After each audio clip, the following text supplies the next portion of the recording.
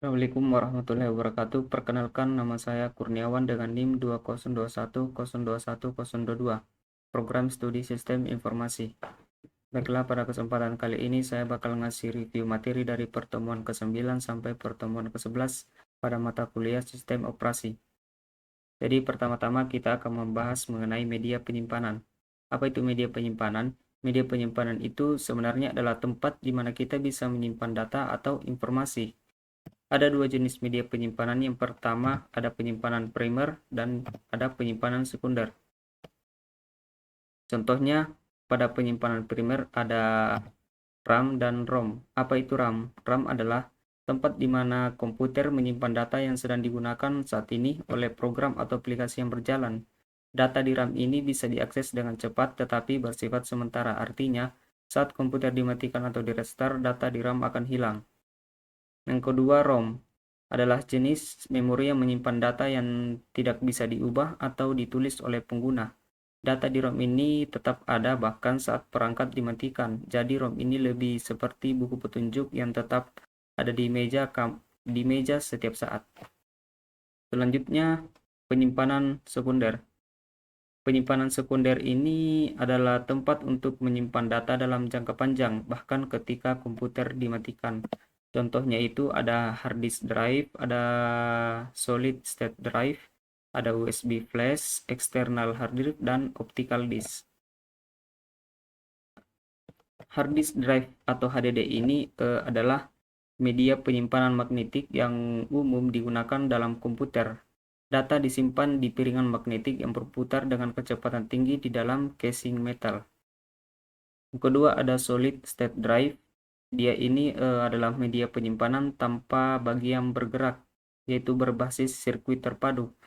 Nah, di data yang datanya itu disimpan dalam chip memori flash yang membuatnya lebih cepat dan dalam akses dan lebih tahan terhadap goncangan daripada HDD. Selanjutnya ada USB flash drive. USB flash drive ini adalah media penyimpanan portable yang menggunakan teknologi flash memory.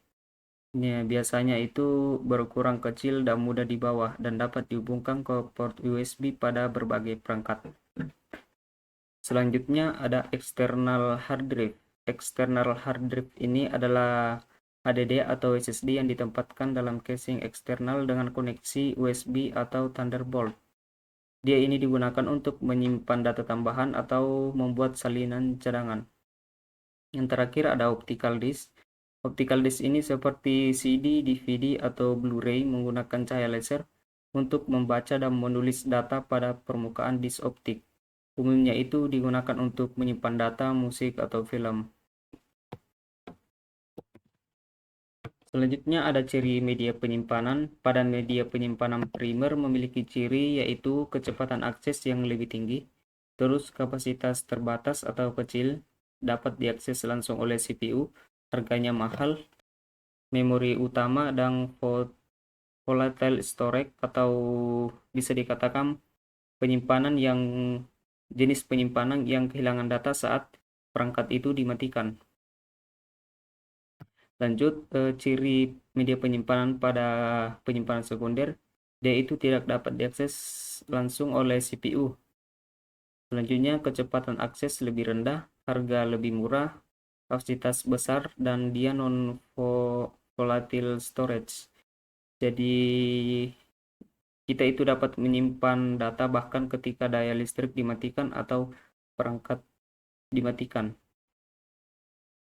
Baiklah, selanjutnya kita masuk pada pertemuan ke-10, yaitu di sini membahas mengenai blocking dan buffering. Nah, pada pembahasan kali ini kita akan membahas 3 pembahasan pokok. Yang pertama ada block dan sektor, yang kedua ada record dan blocking, dan yang terakhir ada buffer. Blok dan sektor. Blok ini adalah satuan dari unit data yang ditransfer dari memori utama ke memori sekunder atau sebaliknya secara serentak. Nah, sektor ini sebenarnya itu pembagian track. Blok dulu. Blok ini kayak satuan yang bisa dipindahkan antara memori utama dan memori sekunder.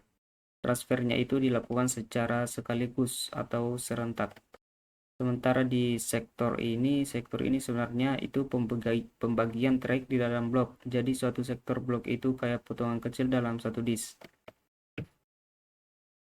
Selanjutnya block size, ada dua jenis block size, yaitu block size besar dan block size kecil. Pada block size besar ini dia itu ciri suatu sektor blok memuat jumlah record lebih banyak waktu yang terbuang untuk transfer data, padahal banyak record yang mungkin diinginkan. Terus perlu buffer besar di memori. Selanjutnya block size kecil. D itu satu blok memuat record yang relatif lebih sedikit, banyak waktu terbuang untuk mengumpulkan record. Selanjutnya record dan blocking. Record ini adalah unit aktual penyimpanan data pada level logikal atau file. Record bisa dalam ukuran tetap, atau bisa juga panjangnya variabel disesuaikan dengan pemakaian. Record fisik ini adalah jumlah karakter yang benar-benar dikirimkan antara memori utama dengan memori sekunder. Blocking adalah penempatan sejumlah record pada suatu blok. Ada 3 metode blocking. Yang pertama ada fixed blocking, variable length spanned blocking, variable length unspanned blocking. Selanjutnya pada bagian C, buffer. Buffer merupakan bagian memori yang dicadangkan di mana data secara sementara dipertahankan menunggu kesempatan untuk melengkapi proses transfer ke atau dari device penyimpanan atau ke lokasi di memori. Ada contoh pemakaian buffer. Suatu sistem komputer dengan 10 pemakai. Tiap pemakai menggunakan 2 file sekaligus. Bila diasumsikan setiap file menggunakan 3 buffer dengan satu blok buffer menampung 2 KB, maka total kapasitas buffer yang digunakan adalah 120 KB. Selanjutnya pada pertemuan ke-11 kita membahas virtual memory. Virtual memory ini adalah pemisahan antara logical memory dan physical memory. Dengan pemisahan tersebut didapat keuntungan. Yang pertama, ukuran logical space bisa lebih besar dari ukuran physical address space. Selanjutnya, hanya beberapa bagian dari program yang di-load ke memori. Pembuatan proses baru lebih efisien, lebih banyak program yang berjalan secara konkuren, butuh lebih sedikit I/O untuk load sebuah proses. Address space dapat dibagi untuk beberapa proses. Selanjutnya ada on-demand pegging. On-demand pegging ini adalah suatu mekanisme dalam sistem operasi yang memungkinkan halaman-halaman data atau kode program dipindahkan antara RAM atau random access memory dan disk secara fleksibel berdasarkan kebutuhan aktual. Sistem operasi menggunakan on-demand pegging untuk meminimalkan penggunaan memori fisik dan memaksimalkan efisiensi. Keuntungan metode on-demand pegging itu butuh lebih sedikit memori, hanya pack yang dibutuhkan yang di-load ke memori. Lebih sedikit I/O, lebih sedikit pack yang di-load dari disk. Lebih konkuren, lebih banyak free memory, lebih banyak proses yang bisa dijalankan secara konkuren. Selanjutnya, pada pembahasan yang terakhir ada pack replacement. Dengan metode demand pegging, sebuah pack dapat dialokasikan ke frame bebas ketika dibutuhkan lebih banyak proses yang berjalan secara konkuren. Ada dua jenis algoritma yang dibutuhkan pada metode pack replacement, yaitu pack replacement itu algoritma bertujuan agar pack fall serendah mungkin. Frame allocation algoritma menentukan beberapa banyak frame yang dialokasikan untuk satu proses dan frame mana yang harus di-replace.